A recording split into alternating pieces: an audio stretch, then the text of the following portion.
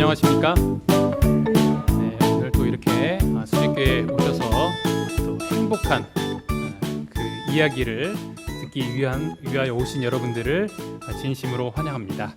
네, 오늘 이 수직교회를 오심으로 말미암아 더욱 행복한 안식이 되기를 간절히 바랍니다. 여러분은 언제 좋다라고 말하십니까? 아, 좋다. 그 감탄사를 내뱉을 때가 언제입니까?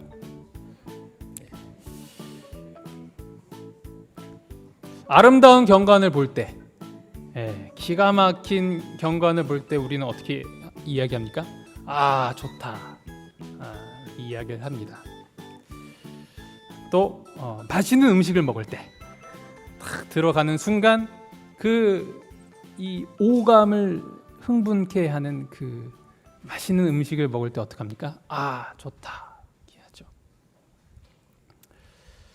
점심때가 얼마 안 남았는데 죄송합니다. 나이 드신 분일 수도 있는데 이런 걸 좋아하시는 분들도 좋다라고 하시죠. 이 탕에 들어갈 때, 목욕탕에 딱 들어가는 순간 아, 좋다 이렇게 하시는. 또 뭐 시원하다 뭐 이렇게 하죠. 그래서 뜨거운데 왜 시원하냐고 거짓말한다고 우리 애기들이 이야기를 하기도 하죠. 푹신한 침대에 따뜻한 이불을 딱 덮었을 때, 그때 또 어떻습니까? 아, 좋다. 제가 지난번에도 말씀드렸지만 2박 3일 캠핑하고 난 다음에 집에 돌아와서 그 푹신한 침대와 따뜻한 이불을 덮는 그 순간 저는 아, 좋다라고 이야기를 하였습니다. 또한 사랑하는 사람과 포옹할 때요, 이때도 좋다라는 감탄사를 내뱉게 됩니다. 이때 느껴지는 감정이 무엇인가요? 행복하다라는 것이죠. 오늘 또 찬양대에서 또 아주 알맞은 또 이 노래를 불러주셨는데 행복이라는 것, 이것이 우리의 삶 가운데 그렇게 멀리 있는 것이 아니라는 것을 발견하게 됩니다. 우리가 감탄사로 내뱉게 되는 그 좋다라고 하는 그 순간, 아주 짧더라도 그때는 우리는 무엇을 느끼는 겁니까? 행복을 느끼게 된다라는 것입니다. 요즘 행복하십니까? 좋다라는 그 감탄사를 자주 내뱉고 살아가고 계십니까? 여기 계신 분들은 행복하기 때문에 좋다라는 그 말씀을 많이 하시는 것 같습니다. 무엇보다도 수직계에 올라오는 순간 어떻게 대답을 해야 된다고요? 좋다. 아, 좋다. 까지 하셨어요. 아, 좋다. 올라오는 순간 힘들어 이게 아니고 아, 좋다. 시원하고 좋다. 우리 또 성도님들 얼굴을 보니까 너무 좋다. 또 이렇게 잘생긴 부목사 얼굴을 보니까 더 좋다. 요즘은 또 컨셉을 이렇게 잡아야 또 좋더라고요. 이렇게 겸손하게 하는 게 아니라 좀 이렇게 좀 없어도 있는 척 또 그런 것 같습니다. 수직계에 오셨다면 앞으로 그 말씀을 더 많이 내뱉게 될 거라고 확신합니다. 성경에서도 보면 하나님께서 이 좋다라고 이렇게 감탄사를 내뱉은 말씀을 우리가 보게 됩니다. 바로 하나님께서 이 세상 만물을 창조하신 다음에 하셨던 말씀이 무엇인가? 그것이 바로 좋다라는 것이죠. 그때 하나님께서 말씀하셨습니다. 빛이 생겨라. 그러자 빛이 생겼습니다. 그 빛이 하나님께서 보시기에 어땠다는 거예요? 좋았습니다. 좋았다. 하나님께서 좋다라고 하신 것이죠. 다시 말해서 하나님께서는 이 세상을 만드시면서 행복해 하셨다라는 것입니다. 행복해 하신 거죠. 하나님이라는 존재는 완벽하신 분이에요. 그렇죠? 하나의 오차도 없으시고 오류도 없으신 분입니다. 근데 그분이 보실 때 좋다, 만족하다, 행복하다라는 이렇게 말씀하셨다는 것은 그것이 너무나도 완벽 그 자체였다는 것을 우리는 알게 되는 것입니다. 그런데 우리는 여기서 질문을 해볼 수 있습니다. 그것이 무엇이냐면 하나님께서는 이 세상을 만드시면서 왜 행복해 하셨을까라는 것입니다. 하나님께서 이 세상을 창조하셨다고 했을 때 그것이 참 대단해 보입니다. 하지만 우리가 살고 있는 이 지구라는 별이 이 거대한 우주라는 것과 비교해 보면 굉장히 미미하다는 것을 발견하게 됩니다. 과학이 나날이 발전해 가면 갈수록 더 발견하게 되면 우리가 너무나도 작은 존재구나, 우주는 너무나도 넓구나, 그것을 발견하게 된다라는 것입니다. 성경에서 하나님은 전능하신 분으로 소개되고 있습니다. 모든 것을 하실 수 있다는 것이죠. 어떤 것도 만드실 수 있고 어떤 것도 다 소유하실 수 있는 분이 바로 하나님이시라는 것이죠. 그런데 그 모든 우주의 근원이신 하나님께서 겨우 이 아주 너무나도 작고 미약한 이 지구라는 별을 만드시면서 왜 행복해 하셨을까라는 그 원초적인 질문을 우리가 한번 해보자는 거예요. 이것이 잘 와닿지 않을 수 있어서 한 가지 한번 예를 한번 갖고 와봤습니다. 지난 2023년 한 해 동안 세계에서 가장 많이 팔린 차 모델이 무엇인지 아십니까? 관심 없으시죠? 그럴 것 같아요. 저는 관심이 있거든요. 제가 차를 좋아해서 그렇다고 뭐 제가 알고 있진 않았습니다. 설교를 하면서 준비하면서 알게 되었는데 그것이 무엇인가? 바로 이 테슬라 모델 Y라고 합니다. 전기차죠? 전기차입니다. 이 차가 총 123만 대가 판매되었다고 합니다. 전 세계적으로 돈을 많이 벌었겠죠. 이 테슬라의 CEO 누구죠? 일론 머스크. 일론 머스크가 작년에 세계 최고 부자가 되었다고 합니다. 약 253조 원의 순자산을 갖고 있다고 합니다. 대단하죠? 253억이 아니라 253조 원이에요. 지금은 3위로 다시 이렇게 내려오긴 하였지만 어쨌든 어마어마한 부자인 것은 확실합니다. 이 테슬라에서 만드는 자동차 중에서 여러 가지 모델이 있는데 그 중에 가장 비싼 자동차가 모델 X라고 합니다. X. 간혹가다 보실 겁니다. 여기 보면요, 가격이 1억 3천만 원 정도. 1억 3천만 원. 여기서 이제 취득세나 뭐 옵션비까지 뭐 포함하면 더 이렇게 올라가는 가격이 테슬라 X입니다. 다 비슷비슷하게 생겼는데 이 테슬라 모델 X를 구분하는 수 있는 그 특별한 것이 있어요. 그것이 무엇이냐면 문이 이렇게 열립니다. 오묘하고 놀라시는데 이거 보신 적 있으세요? 문이 이렇게 올라가는. 지금 미래의 자동차가 아니라 지금 우리가 누군가가 타고 다니는 자동차입니다. 그래서 저게 전기차인가 보다라고 생각할 수 있지만 만약에 누군가 굳이 문을 안 열어도 되는 상황에 누군가 문을 이렇게 열었다. 저게 정말 비싼 차구나, 테슬라 X구나 라고 생각을 이렇게 하시면 되겠습니다. 만약 이 일론 머스크가 그가 가진 돈으로 갖고 있는 돈으로 모델 X를 산다고 한다면 얼마나 살 수 있는가? 무려 190만 대를 살 수 있습니다. 어마어마하죠. 190만 대를 살 수 있을 만큼의 세계적인 부자 일론 머스크. 이 사람이 뭐 테슬라를 갖는 것도 뭐 그렇게 뭐 크게 느껴지진 않겠지만 만약에 이 사람이 세발 자전거를 누군가로부터 받았다 생각을 해보시기 바랍니다. 행복할까요? 좋아할까요? 야, 이거 뭐 세발 자전거네, 막 나도 이거 한번 타볼까? 이런 마음이 들까요? 요 테슬라 X 한 대 가격으로 이 세발 자전거를 1000대 이상 살 수 있습니다.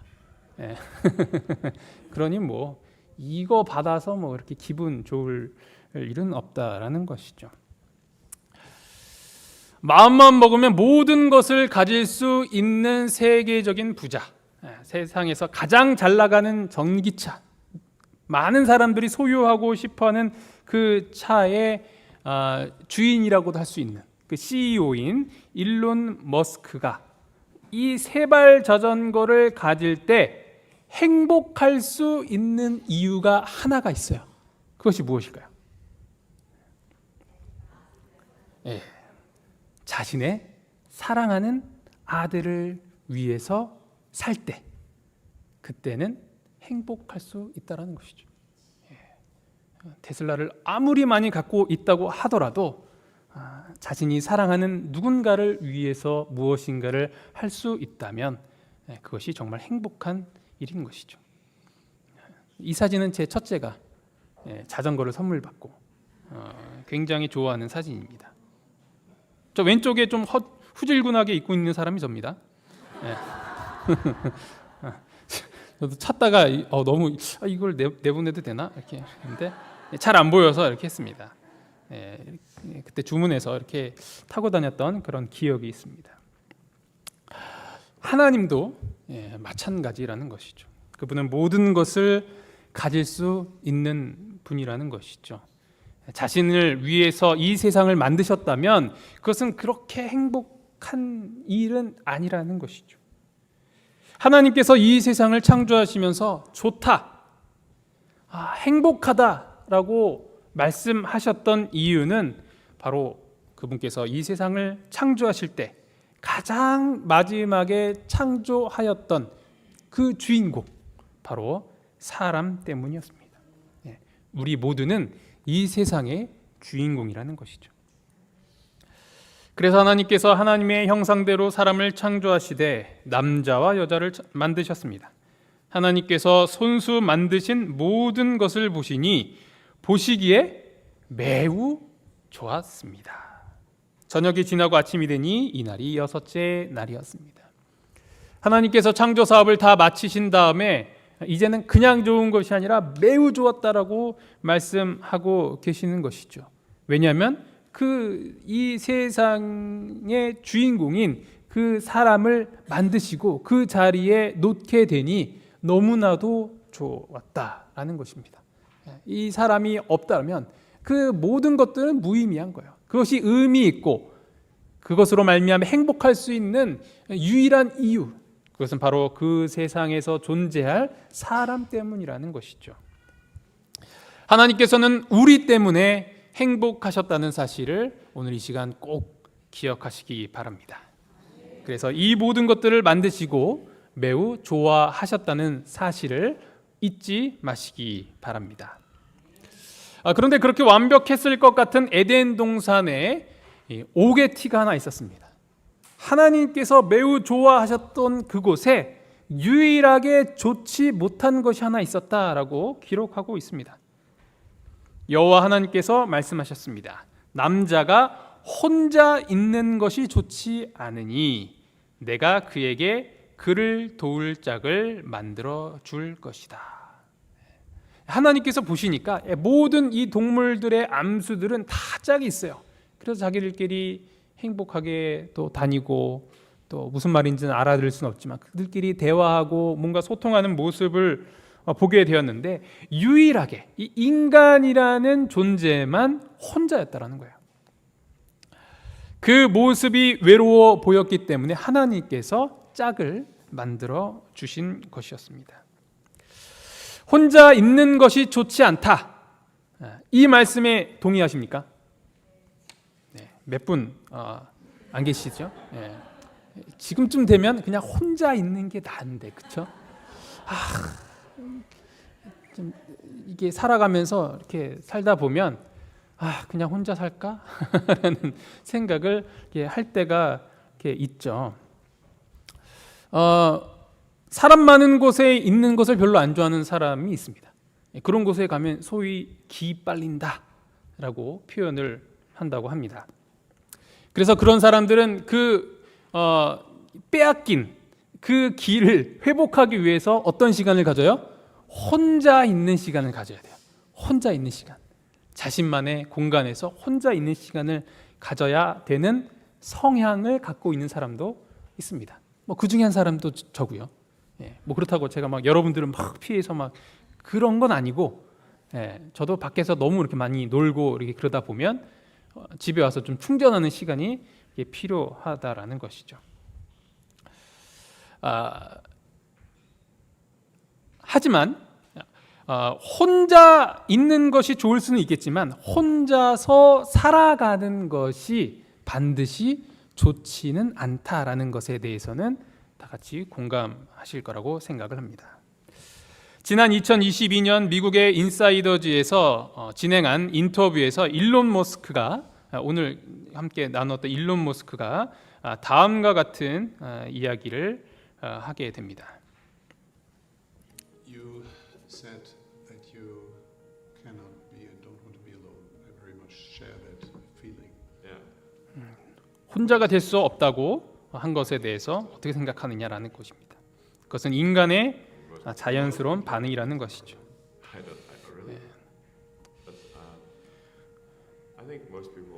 대부분의 사람들이 혼자 있는 것을 행복하지 않다고 생각을 한다라고 이야기를 하였습니다. 세계에서 손에 꼽히는 가장 큰 부를 소유하고 있는 일론 머스크도 혼자 있으면 외롭고 행복하지 않다고 말하고 있는 것입니다. 영상에는 나오지 않았지만 그의 인터뷰 내용을 더 자세히 들여다보면요, 당신은 행복하냐라는 질문에 그는 이렇게 대답을 합니다. 사랑의 정도가 있습니다. 하지만 확실히 사람이 완전히 행복하려면 직장에서 행복해야 하고 사랑에서 행복해야 한다고 생각합니다. 그가 했던 인터뷰라는 것이죠. 일론 머스크는 잘 아시는 것처럼 이 워커홀릭, 일하기를 정말 좋아하는 사람 있죠. 그가 그냥 이 회사에서 그냥 먹고 자고 할 정도로 정말 일 중독인 사람이라고 알고 있습니다. 하지만 그가 추구하는 것은 사랑에서 행복해야 된다. 혼자 있는 것이 아니라 다른 사람들과의 관계에서, 가족과 함께 누리는 그 사랑을 통해서 행복을 느껴야 한다라고 그도 이야기를 하고 있는 것입니다. 저도 혼자 있을 때를 좋아할 때가 간혹 있지만 혼자 살아가는 것은 행복하지가 않을 것 같습니다. 하나님께서는 인간을 만드시면서 행복해 하셨습니다. 그리고 인간도 행복하기를 바라셨다는 것이죠.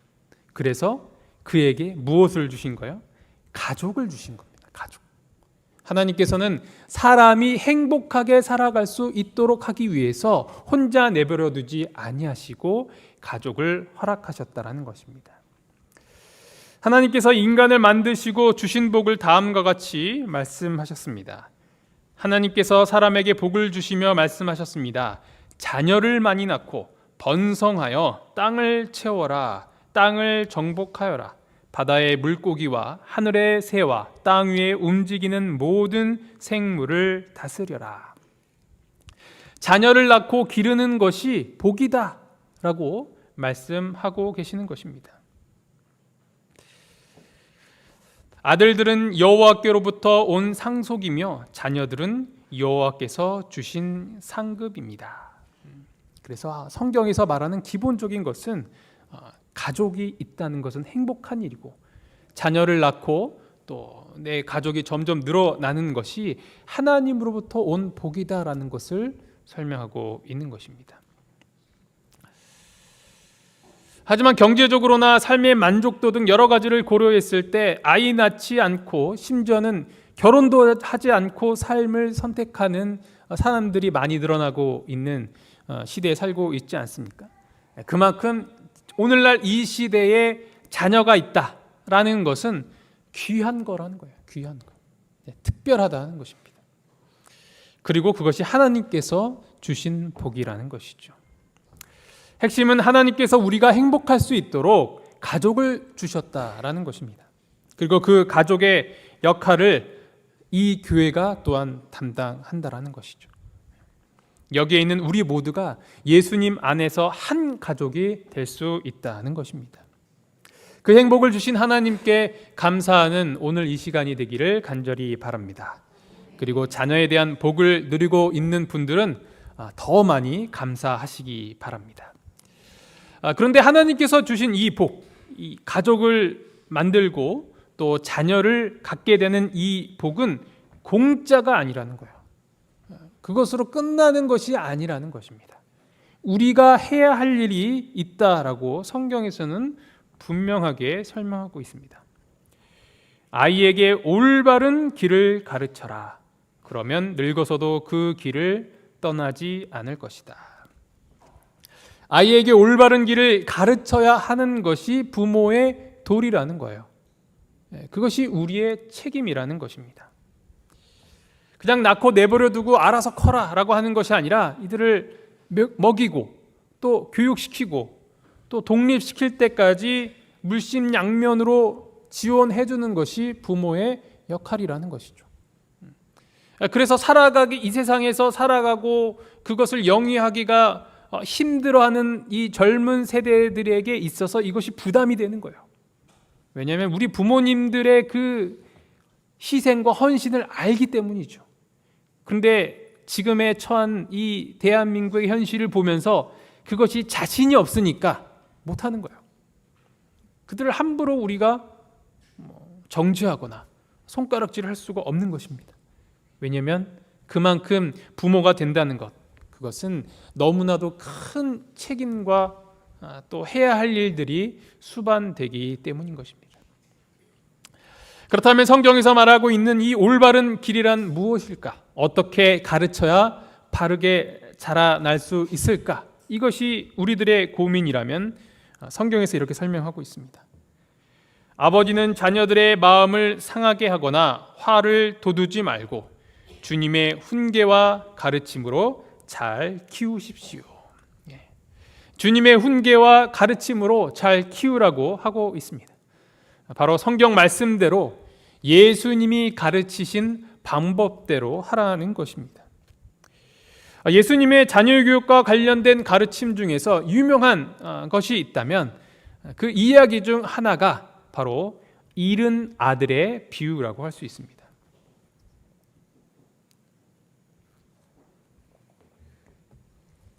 옛날에 두 아들을 둔 아버지가 있었습니다. 그런데 작은 아들이 아버지한테 자기한테 줄 유산을 미리 땡겨달라고 하였습니다. 그러자 아버지는 재산을 두 아들에게 나누어 주었죠. 하지만 작은 아들은 방탕한 생활을 하다가 재산을 다 날려버리게 되는 것입니다. 가난해진 그는 돼지치는 일을 하였는데 너무 배고픈 나머지 돼지가 먹는 열매를 먹고 싶어 했습니다. 정신을 차린 그는 아버지에게로 돌아가겠다는 결심을 하게 됩니다. 그래도 염치가 있는지 자신이 아들이 아닌 일꾼으로 여겨달라고 그렇게 요청을 하게 됩니다. 그때 이 아버지는 이렇게 말하죠. 서둘러 가장 좋은 옷을 가져와서 아들에게 입혀라. 또 손가락에 반지를 끼워주고 발에 신발을 신겨라. 그리고 살찐 송아지를 끌고 와서 잡아라. 우리가 함께 먹고 즐기자. 내 아들이 죽었다가 다시 살아났고 잃어버렸다가 다시 찾았다. 이 아들은 어떤 아들인가? 실패한 아들이었어요.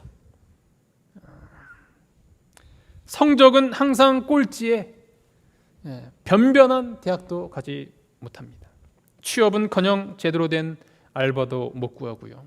공무원 시험은 항상 낙방하고 결혼도 못하고 그렇다고 만나자는 친구도 없습니다. 집에서 게임만 일삼고 운동은 또 안 해서 비만입니다. 대화는 단절되었고 아무런 희망이 없어 보입니다. 생각만 해도 막 답답해 오지 않으십니까? 이런 자녀가 있다면 여러분은 사랑하시겠습니까? 동공이 흔들리는 여러분의 모습을 보고 있습니다. 이 이야기에서 나온 잃은 아들의 비유에서 나온 아버지는 아들이 그러했음에도 불구하고 여전히 사랑했다라는 것이죠. 이것이 성경에서 말하고 있는 것입니다. 너의 자녀를 사랑하라는 것. 무조건적으로 사랑하는 것. 삶에서 실패하였다고 하더라도, 너가 바라는 그 이상대로 되지 않더라도 끝까지 사랑하라는 것이 바로 성경에서 나타난 자녀 교육의 중요한 원칙이라는 것입니다. 저에게 두 아들이 있습니다. 나중에 유산 미리 땡겨 달라고 할까봐 무섭습니다.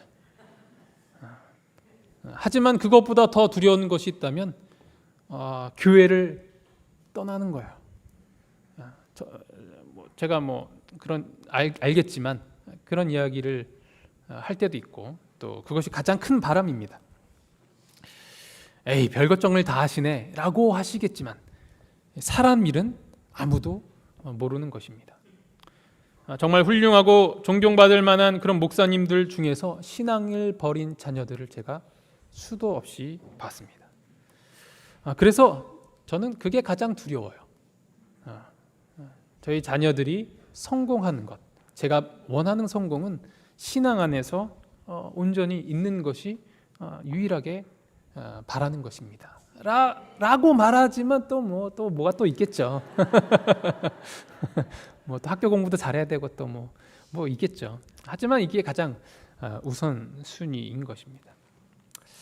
만약 실제로 그런 일이 일어난다면, 신앙을 떠나 자유로운 삶을 살게 된다면, 내가 바라는 모습대로 살아가지 않는다면 내가 정말 끝까지 이네들을 사랑할 수 있을 것인가? 머리로는 그렇게 해야지라고 말하지만 거기에 대한 답을 하지 못할까 봐 저는 솔직히 두렵습니다. 에이, 별 걱정을 다 하시네 하시겠지만 사람 일은 모르는 것입니다. 하지만 성경에서 말하고 있는 것은 무엇입니까? 그래도 사랑하라는 것이죠. 그래도 사랑하라는 거예요. 정말 너의 자녀가 네가 원하는 모습대로 살아가지 않더라도 처음에 보였던 그 사랑의 마음을 끝까지 잃지 않고 가지라는 것이 성경에서 이야기하고 있는 것입니다. 하지만 그것이 쉽습니까? 쉽지 않은 것을 발견하게 됩니다. 모두가 다 그렇게 모범적인 부모는 아니더라고요. 저도 지금도 그렇습니다. 맛있는 거 있으면 몰래 감춰두고 저 혼자 먹기도 하고, 그렇습니다. 굉장히 이기적이고, 그렇습니다. 항상 헌신적이지 않아요. 너희도 좀 너희도 좀 희생을 해야지. 아빠도 아빠의 삶을 살고 싶다.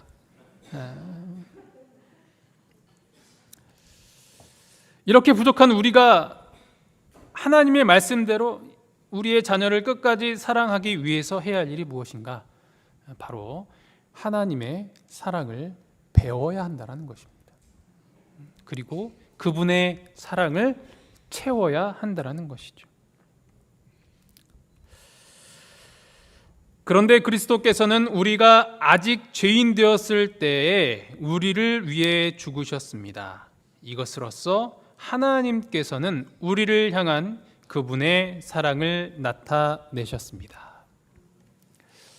예수 그리스도께서 언제 우리를 사랑하셨다고 기록하고 있습니까?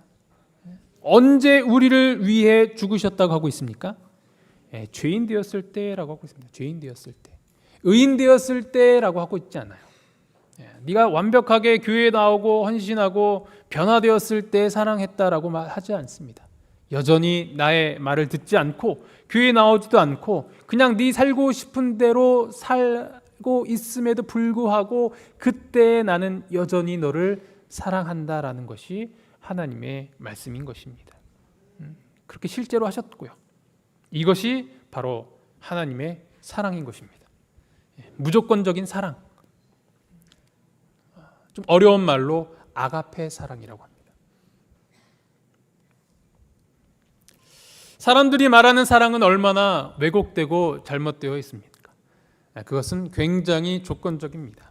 내가 내세운 기준에 부합할 때에 사랑한다라고 이야기합니다. 적어도 내가 생각하는 외모와 기준을 갖고 있고 이 정도 학벌이 되고 이 정도 나한테 해줘야 사랑해라고 이야기를 하는 것이죠. 나한테 이득이 되었을 때야 그제서야 나는 사랑한다라고 이야기를 하는 것입니다. 사랑할 만한 사람을 사랑하는 것은 누구나 할 수 있는 거예요. 그것은 결국 나를 위한 사랑일 뿐 성경에서 말하는 진정한 사랑이 아닌 것입니다. 그것은 그저 계약일 뿐이에요. 우리는 진정한 사랑을 하나님으로부터 배워야 하는 것입니다. 그래야 거짓 사랑을 흉내내지 않게 되는 것입니다. 그리고 그 사랑을 주님으로부터 받아야 되는 겁니다.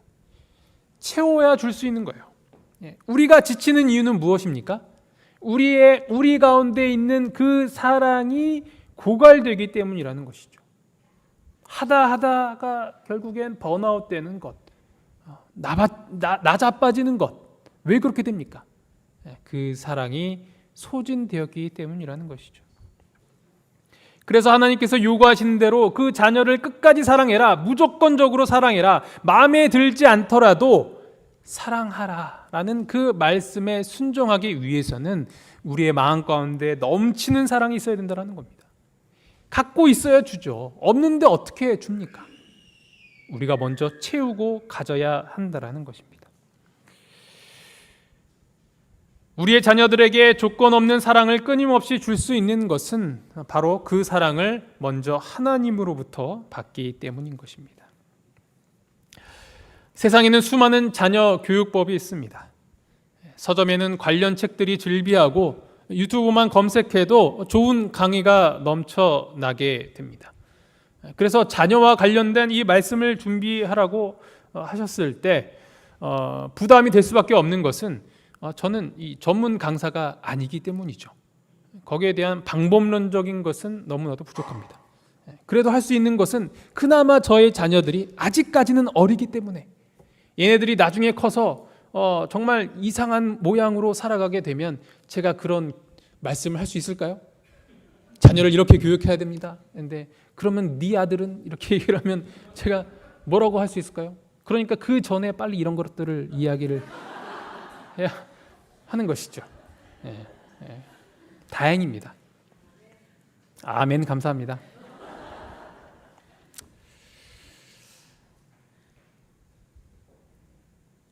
저는 방법론적인 것을 알려드리기 위해서 이 자리에 있지 않습니다.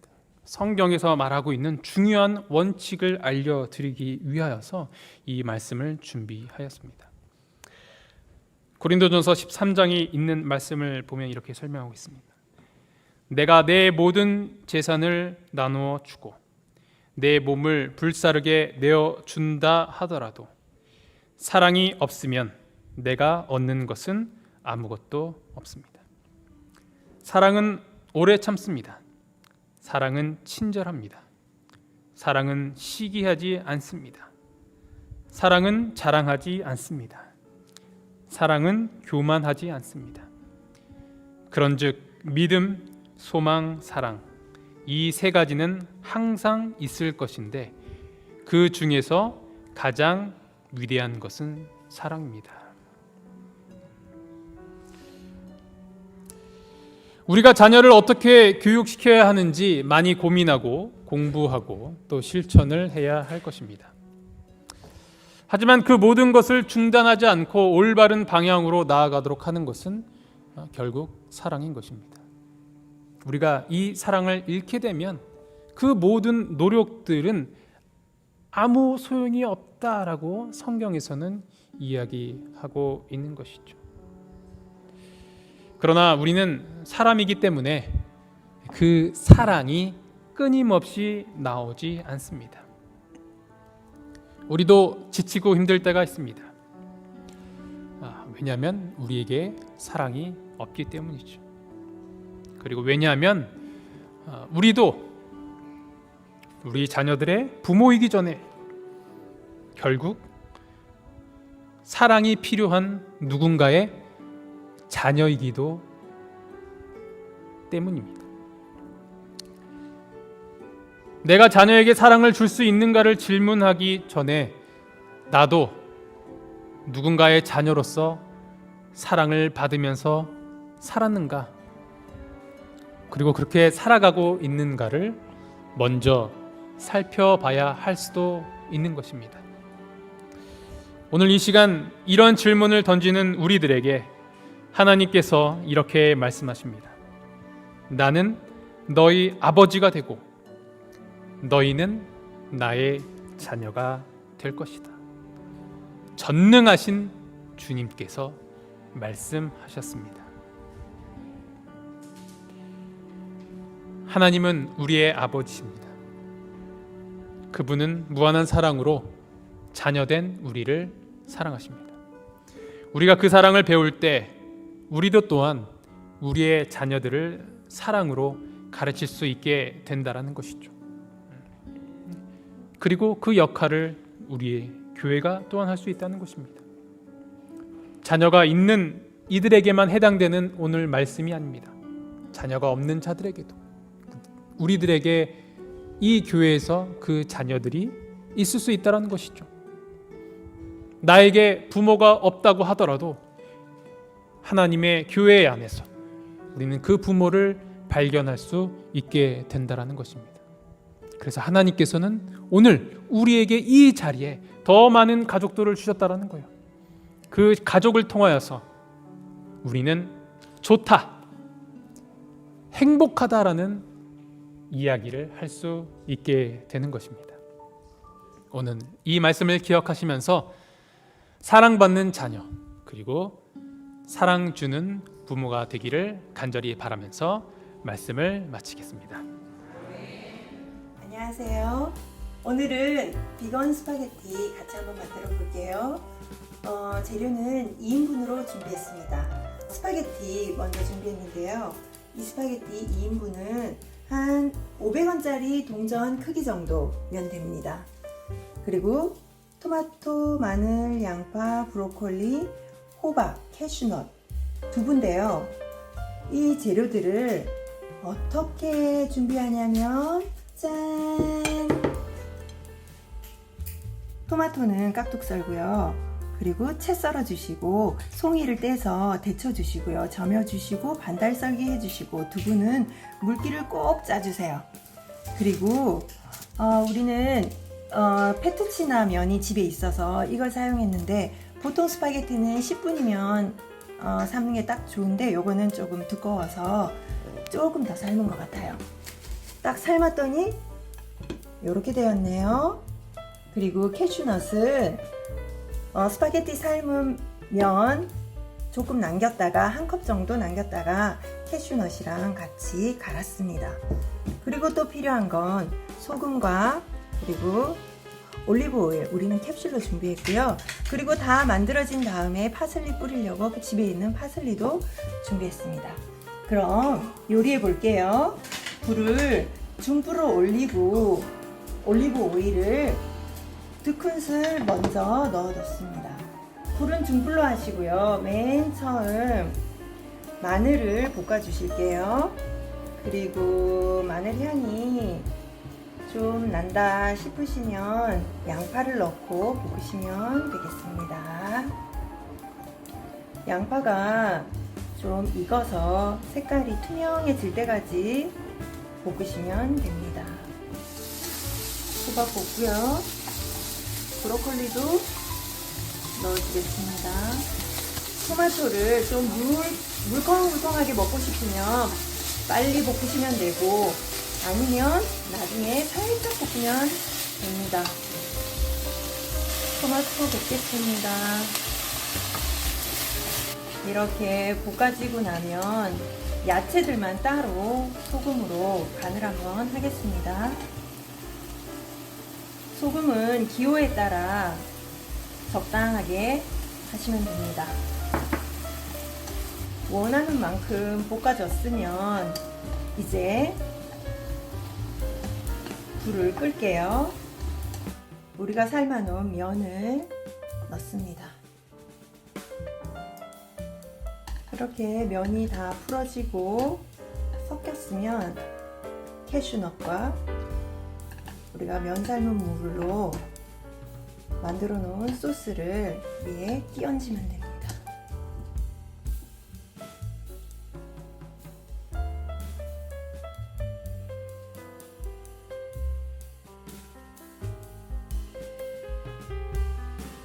네, 예쁘게 담아졌는데요. 치즈 대신 두부를 얹어 보겠습니다.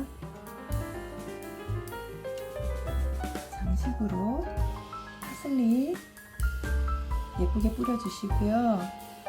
그리고 올리브 오일을 먹기 전에 이렇게 둘러주십니다. 집에 허브잎이 있으면 이렇게 예쁘게 장식해도 되겠습니다. 맛있게 드세요. 감사합니다.